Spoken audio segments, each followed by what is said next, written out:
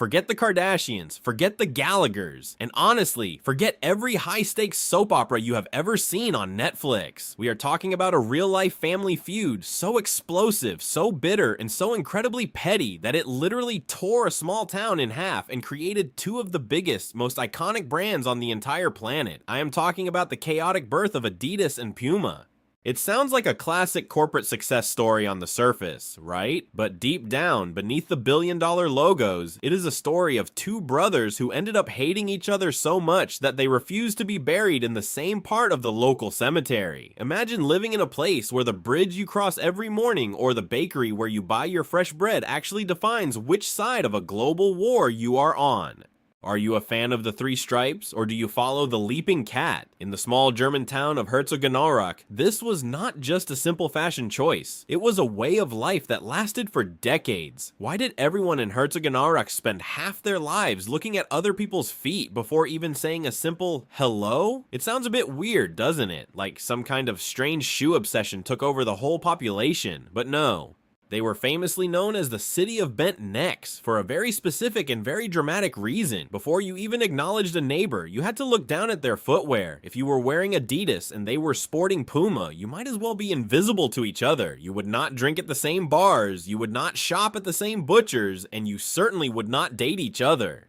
Can you even believe the level of pettiness we are talking about here? It is like a sports-themed version of Romeo and Juliet, but with more leather, more rubber, and a whole lot of spikes. We are diving deep into the lives of Adolf and Rudolf Dassler, or as the world eventually knew them, Adi and Rudy. These two were the ultimate dream team until everything went south. On one side, we have Adi, the quiet, introverted, and obsessed tinkerer who spent his nights in a shed trying to figure out the perfect spike for a running shoe. On the other side, there was Rudy, the flashy, charismatic salesman who could probably sell sand to someone in the middle of a desert. On paper, they were the perfect business match. In reality, they were a ticking time bomb. This was not just about who could sell more sneakers to the masses. It was about secret betrayals, accusations during the dark and terrifying days of World War II, and a shared laundry room business that turned into a global rivalry that changed the face of sports forever. Think about the stakes for a second. We are not just talking about the shoes you wear to the gym or the mall. These are the shoes worn by Olympic legends and World Cup winners who have made history on the world stage. Every time you see a superstar athlete crossing a finish line or scoring a stunning goal, there is a very good chance you're seeing the direct legacy of a family argument that started in a tiny German village. Before we continue, subscribe to the channel and tell us in the comments where you are watching from.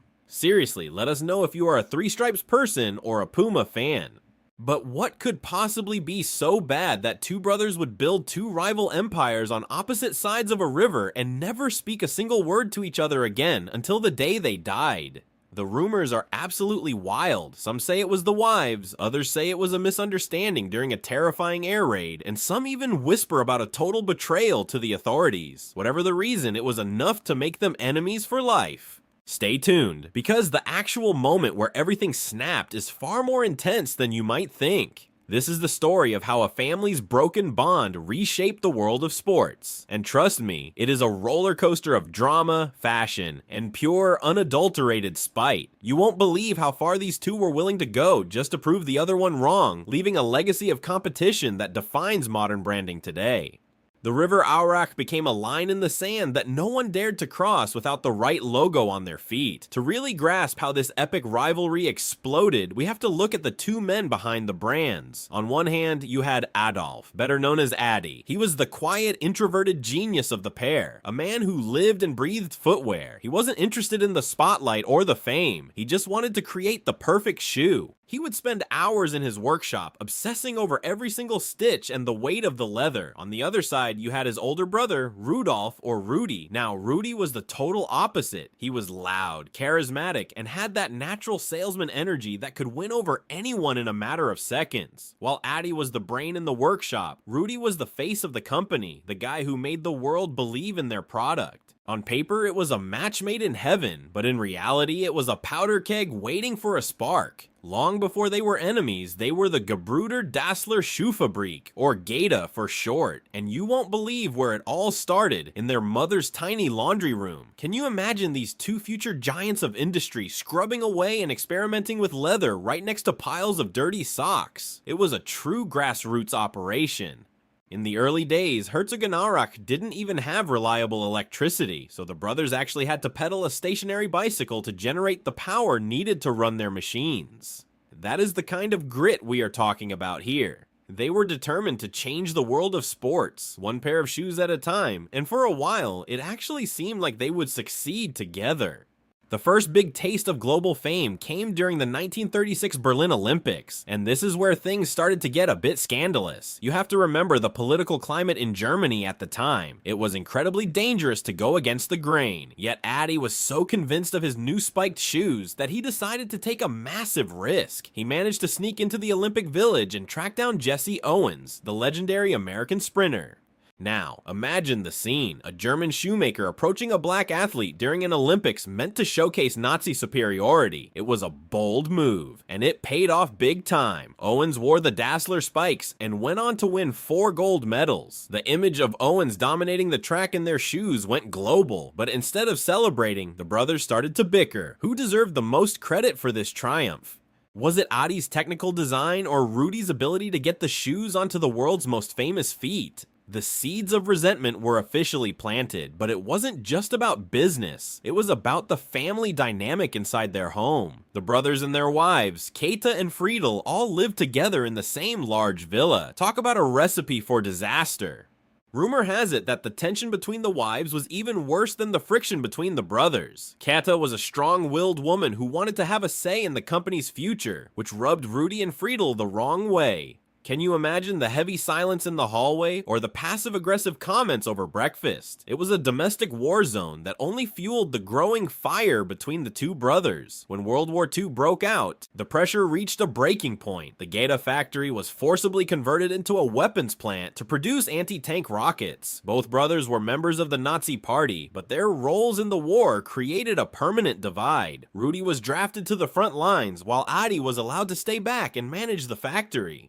Rudy was absolutely convinced that Adi had manipulated the situation to keep himself safe while sending his brother into harm's way. When the war finally ended and Rudy was picked up by the Allies as a prisoner of war, his suspicion turned into a cold, hard certainty. He was convinced that Adi had personally snitched on him to the authorities just to get him out of the picture. But the absolute final straw, the moment that truly broke the bond forever, happened in a dark, cramped air raid shelter during a heavy bombing. As Adi and his family rushed into the shelter where Rudy and his family were already waiting, Adi let out a frustrated cry. "The dirty bastards are back again!" He was clearly referring to the Allied bombers overhead, but Rudy took it as a direct insult to himself and his family.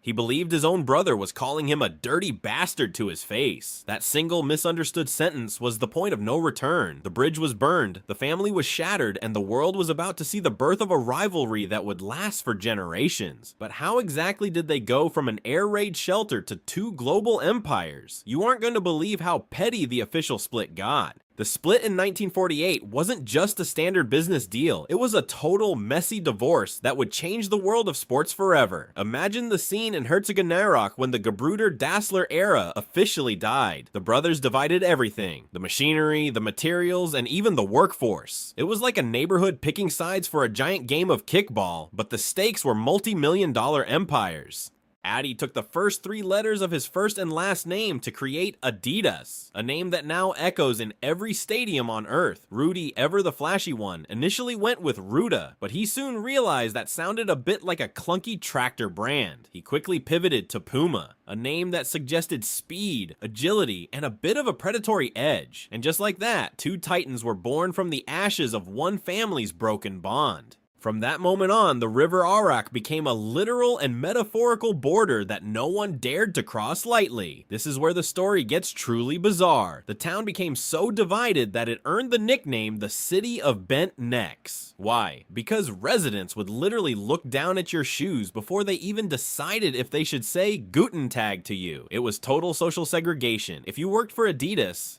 You didn't just walk into a Puma pub to grab a beer. You wouldn't even think about it. Local bakeries, butcher shops, and even barber shops were unofficially designated as either Adidas or Puma territory. Can you imagine the drama of a young couple falling in love across these brand lines? It was like a modern-day Romeo and Juliet, but instead of family names, the conflict was all about how many stripes were on your sneakers. If your father worked for Rudy and you brought home a boyfriend who worked for Addie, dinner was going to be incredibly awkward, to say the least. The pettiness didn't stay within the town limits though. It spilled over into the global arena of professional sports. Both brothers became obsessed with sabotaging each other's athlete endorsements. During the Olympic Games, the atmosphere was like a Cold War spy novel. There are stories of brand reps hiding in hotel hallways with suitcases full of cash, trying to convince athletes to swap their shoes right before a big race. The legal battles were just as fierce. They sued each other over everything, from the number of stripes used on the side of the shoe to the specific design of the studs on soccer cleats.